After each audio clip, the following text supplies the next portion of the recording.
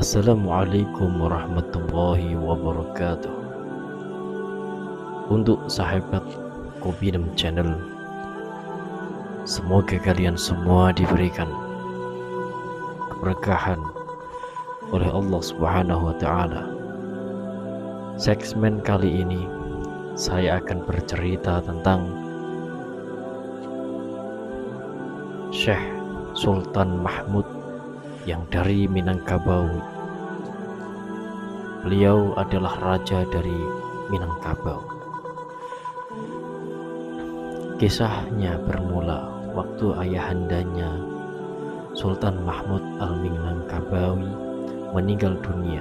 Sebelum meninggal, sang ayah memberikan wasiat kepada al-Minangkabawi untuk mempelajari isi sebuah kitab yang diberikannya.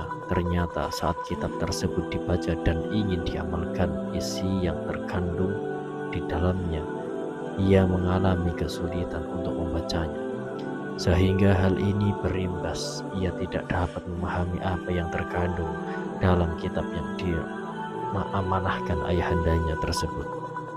Karena merasa penasaran dengan isi yang terkandung di dalam kitab tersebut, Sultan Mahmud al-Minangkabawi meminta pendapat nasihat kesultanan untuk mengatasi masalahnya.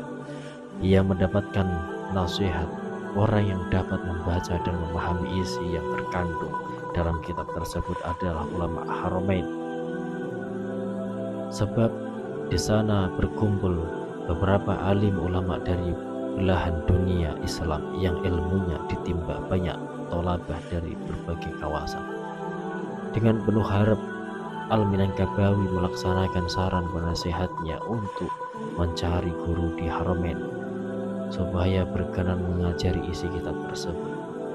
Ketika sampai di Haramain, Sultan Mahmud al-Minangkabawi menemui beberapa ulama di sana untuk dimintai tolong supaya berkenan mengajari isi yang terkandung dalam kitab peninggalan ayahandanya. Ternyata ulama yang ditemuinya tidak ada yang sanggup untuk menguraikan ganjalan yang ada di benak pikirannya. Hanya saja ada salah satu ulama Haramain yang memberikan masukan bahwa ulama yang sanggup untuk membaca dan menjelaskan isi kitab tersebut bernama Syekh Maktum Ibrahim, atau yang lebih dikenal dengan nama Sunan Bonang, yang berasal dari Bonang Binangun Lasem. Mendengar nasihat tersebut, Sultan Mahmud al-Minangkabawi bergegas untuk menemui Syekh Maktum Ibrahim. Ia ditemani oleh abdinya berangkat menuju pelabuhan Bonang Binangun. Alangkah sedihnya al-Minangkabawi sebab kapal yang ditumpanginya diterjang ombak besar, sehingga barang-barang berharganya termasuk kitab wasiat dari ayahandanya mereka terdampar di Laut Bonang.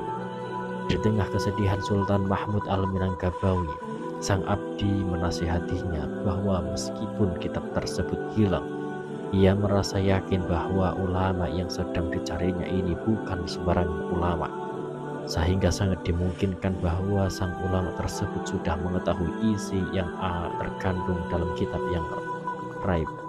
Keduanya bergegas untuk mencari kediaman Syekh Maktum Ibrahim.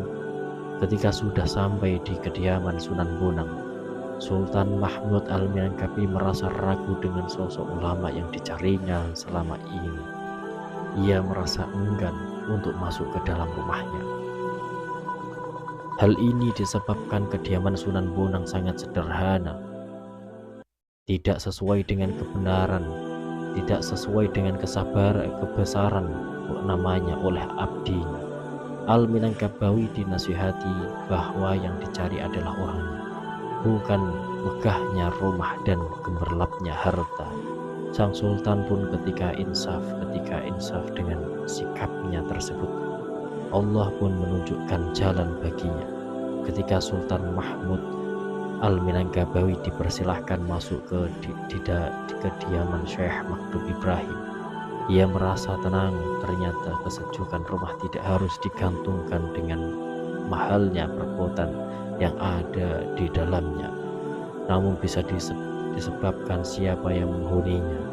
Jika sebuah rumah dihuni oleh orang alim, yang gemar dalam menjalankan ibadah kepada Allah, maka rumah tersebut akan mengeluarkan cahaya dan mendatangkan kesejukan. Sultan Mahmud Al-Minangkabawi adalah sosok raja dari Minangkabau.